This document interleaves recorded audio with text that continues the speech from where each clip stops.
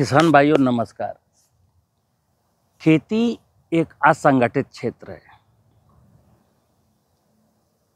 किसान को कौन सी फसल कितनी बोनी चाहिए ताकि बाजार में न तो उसकी कमी पड़े और न अधिकता हो। ऐसी कोई एजेंसी नहीं है कि जिलेवार प्रांतवार भारत के लेवल पर कि किसान को कोई ये गाइड करने वाला है कि टमाटर का एरिया केवल इतना होना चाहिए, गन्ने का एरिया इतना होना चाहिए, गेहूं का एरिया इतना होना चाहिए। कुछ नहीं, किसान अपने भरोसे पर है और कई बार इसी कारण उसका भरोसा टूट जाता है कि जब बाज़ार में किसी भी फसल की उपज ज़्यादा आ जाती है तो उसका भाव गिर जाता है। जब भाव गिरता है तो इंडस्ट्री को, आड़तियों को मज़ा आता है, किसान बर्बाद हो जाता है। किसान भाइयों, खेती का एक सूत्र है कि अपनी ज़रूरतों के हिसाब से खेती करना। आपको रोटी चाहिए तो आप आज की तारीख में जो खेती है पूरी बाजार आधारित हमने बना दिया।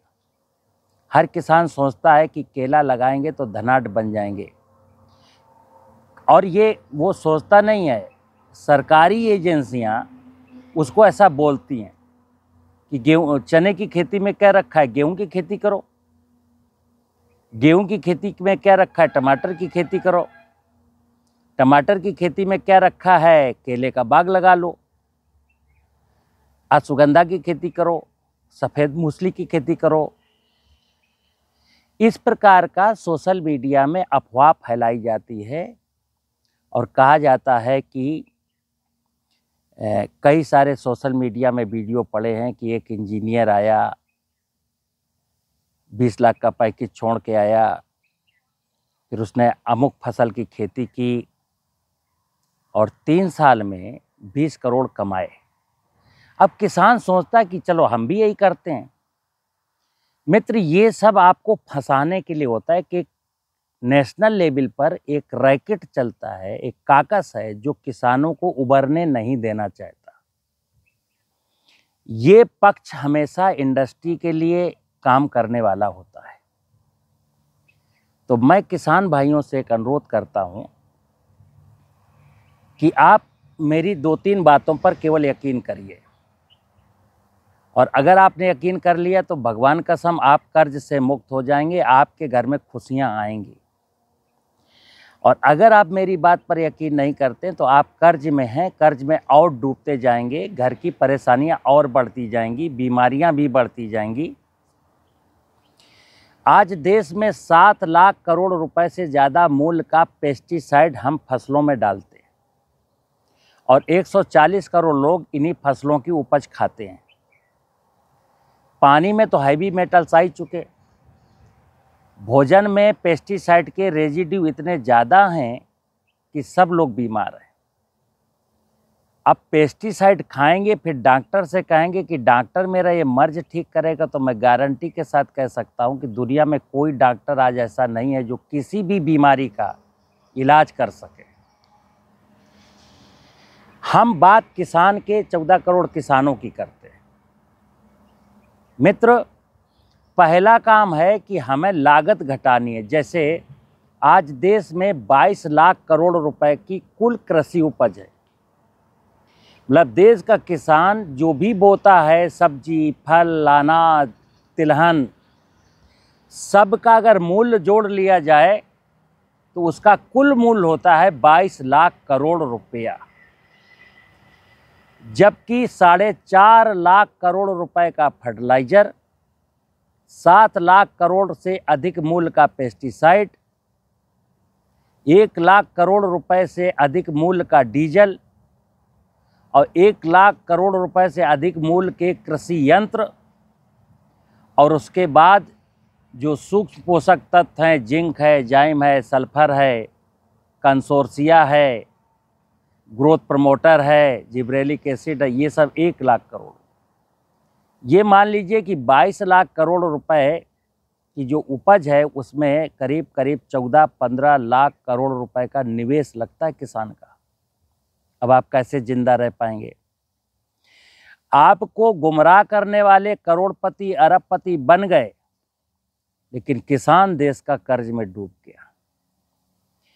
धरती माता अनफर्टाइल हो गई और किसान कर्ज में डूब गया। अब हम स्वावलंबी भारत की बात कैसे करेंगे? पुरोहित राष्ट्र की बात कैसे करेंगे? जितने भी सनातन में कहा जाता है ना, पुरोहित राष्ट्र था, सोने की चिड़िया था, मेरे देश की धरती सोना उगलती थी, आज का तो सोना नहीं उगल रही है। देश के किसानों ने 330 मिलियन टन खाद्यान्न, 210 मिलियन टन सब्जियां, 110 मिलियन टन फल पैदा कर दिया और उसका भाव बाजार में, मंडी में भाव उसका कम मिलता है। जब आम कंज्यूमर टमाटर 20 रुपया किलो खरीद रहा होता है ना बाजार से, तब किसान के टमाटर की कीमत मात्र 4 रुपये होती है। जब हम सेव 100 रुपये किलो खरीद रहे होते तो किसान के सेव की कीमत 25-30 रुपये होती। जो केला हम 30 रुपये 40 रुपये किलो खरीदते हैं, वो केला 2 रुपये 3 रुपये किलो नहीं बिक रहा है। मित्र जागिए, खेती अपने परिवार पालन के लिए करिए, फिर जो सरप्लस हो जाए वो बाजार ले जाएंगे तो कभी घाटा नहीं होगा। तो खेती का इसी में फसल चक्र है, इसी में बायोडाइवर्सिटी है, इसी में प्राकृतिक संसाधनों का संरक्षण है। तो इस जमीन में ह्यूमस बढ़ाइए, जीवामृत डालिए, कार्बनिक पदार्थ डालिए, फसलों के अवशेष को आग मत लगाइए, उनको बेचिए नहीं, धरती को मजबूत करिए। मित्र, धरती पर जो भरोसा रखेगा, ये मेरा खेत है, बहुत ज़्यादा नहीं है, 4 एकड़ का 5 एकड़ का खेत है। पिछले 11 सालों से यहाँ एक दाना यूरिया, डीएपी, पोटास, जिंक नहीं आया। 1 ग्राम कोई केमिकल मैंने इस खेत में नहीं डाला। और हमारे खेत में जो गेहूं है, चना है, मटर है, जो भी अभी गेहूं बो दिया गया, अभी आगे हम फसल आपको दिखाएंगे। आसपास के क्षेत्र से में जितना फसल का उत्पादन होता है उससे 10% ज़्यादा ही होता है, कम नहीं होता। लागत, केमिकल की लागत बिल्कुल जीरो। जुताई तो ट्रैक्टर से करानी पड़ती है हमको, पानी भी लगाना पड़ता है। इस राकर मिट्टी में हमारा गेहूं 5 पानी में हो जाता है और आस पड़ोस के किसान इस राकर मिट्टी में गेहूं को पालने के लिए, पैदा करने के लिए 7 से 8 पानी लगाते हैं। एक ही बात है कि धरती जब मजबूत होगी तो देश का किसान मजबूत होगा। धरती जब संपन्न होगी तो देश के किसानों के घरों में समृद्धि आएगी। आज सोशल मीडिया में आप खूब खंगाल लेना, कोई भी व्यक्ति देश का सॉइल को इम्प्रूव करने, सॉइल की फर्टिलिटी को बढ़ाने, सॉइल को जिंदा रखने की बात नहीं करता। जब किसान किसी वैज्ञानिक से पूछता है कि साहब हमारे गेहूं की पैदावार कैसे बढ़ेगी, तो कहते हैं यूरिया, डीएपी, पोटास संतुलित मात्रा में डालो। बोले साहब हमारी फसल में खरपतवार हो जाएगा तो क्या करूंगा, तो कहते हैं वीडीसाइड डालो। साहब जब टमाटर में बीमारी लग जाएगी तो क्या करूंगा, बोले फंजीसाइड डालो। साहब जब चने में इल्ली लग जाएगी तो क्या करूं, तो बोले इंसेक्टिसाइड डालो।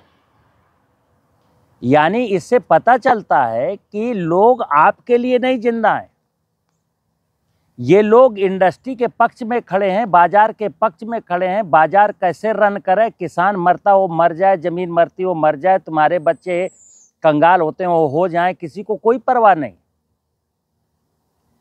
मैं आपको जगाने आया हूं और मेरे जीवन में बहुत से चैलेंजेस हैं। मित्र, मेरा उद्देश्य है कि देश के 14 करोड़ किसान कर्ज से मुक्त हों, देश के 14 करोड़ किसानों के घरों में खुशियां आएँ, उनके घर में भी दीपावली मने, उनके बच्चे भी अच्छी परवरिश करें। ये हम तो सोच रहे हैं, लेकिन आप नहीं सोचेंगे तो काम नहीं चलेगा। आज मेरे साथ कम से कम 4.5 लाख किसानों से ज़्यादा, 4.5 लाख देश का किसान मेरे इस पद्धति को अपना रहा है। कौन सी? जीवामृत, संजीवनी खाद। बहुत वीडियो पड़ी है मेरे कृषि संस्कृति चैनल में।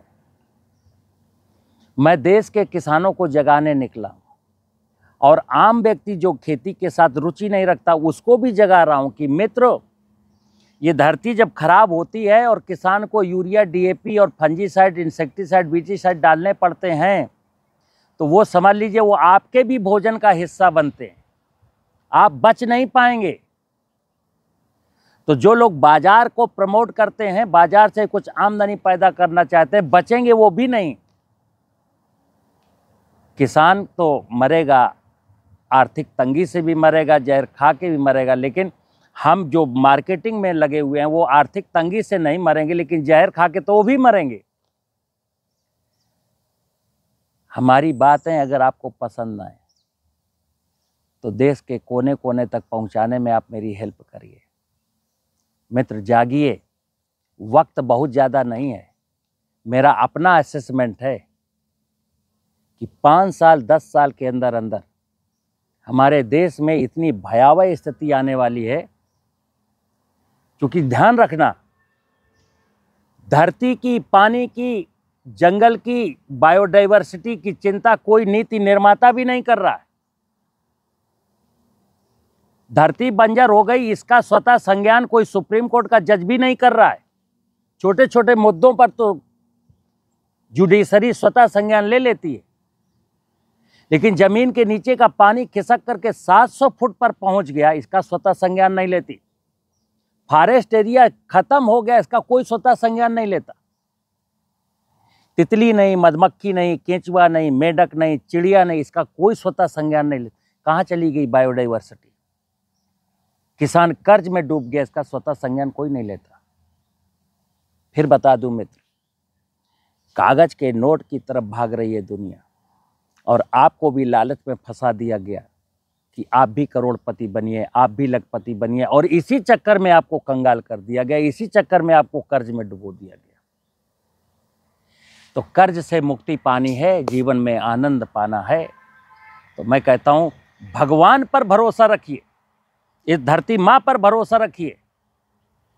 आप धरती माँ की सेवा करिए, धरती माँ पर भरोसा रखिए। आपको धरती माता पर भरोसा नहीं, आपको फर्टिलाइजर पर भरोसा है, आपको बायोडाइवर्सिटी पर भरोसा नहीं, आपको पेस्टिसाइड पर भरोसा है।